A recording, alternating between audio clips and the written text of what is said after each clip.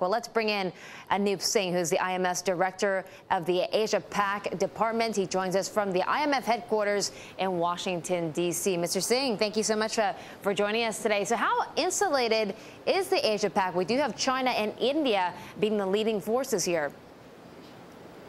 The main point I'd say, Susan, is compared to previous crises, we see Asia for the first time leading the global recovery. As you mentioned, China is at 10, India is above 8, Asia as a whole is above 7. So this is the first time that Asia is leading a global recovery. This is the first time that Asia is leading a global recovery. Well, some say if you look at these economic numbers, for instance, we had 11.9% GDP growth in the first quarter of China. Some are saying there are some structural domestic issues because of this stimulus poured into these economies, and we're seeing overheating. It's not unexpected to see some pressures. There's some small bubbles, but we are strongly of the view that this is not a national phenomenon. This is not a regional phenomenon. There are some pressures with the extent of inflows coming in, but we don't think this is currently a major problem. This could be a potential risk, but I would not magnify the importance of these bubbles that we see in certain sectors.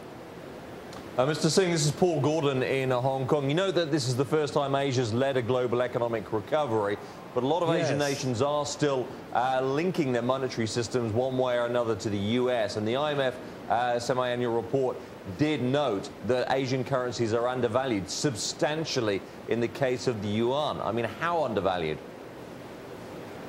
Well, you see, currencies are undervalued, and this is becoming a very important phenomenon and issue for the medium term. Asian countries are looking at how to sustain their recovery and their growth over the medium term. They have realized there's a need now to develop domestic demand and private consumption.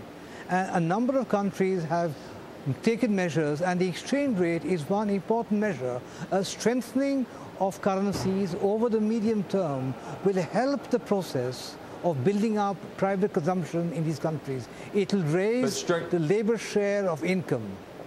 But strengthening by how much in the case of the yuan? What do you mean by substantially? 10, 20%, 30%? Well, we're not getting into numbers. They are undervalued. A number of currencies are. The timing depends on circumstances. The issue is there is a lot of recognition all over Asia that developing a new engine of growth will require, along with other policy measures, a strengthening of the exchange rate. It will differ from country to country, but there is broader recognition that this will happen over the medium term. Okay, Mr. Singh, so I guess the Asia Pac being an engine of growth, but what about the sustainability, long-term sustainability of these economies? As you mentioned, they're not balanced right now. They're still not focused and, I guess, driven by domestic consumption as much as in other developed economies. And we've seen this now. We've seen that even with the current recovery, Asia remains very dependent on advanced economies, on external demand. Now, there are countries with a huge domestic demand, China, India, Indonesia, but overall, as you look at how Asia sustained itself, it's got to build further in the growth of its private consumption. That is a key issue for Asia. It's a challenge, but I do believe it's one that is recognized across the region. Okay, Mr. Singh, thank you so much for talking to us today. Anoop Singh, IMF's director of the Asia Pac.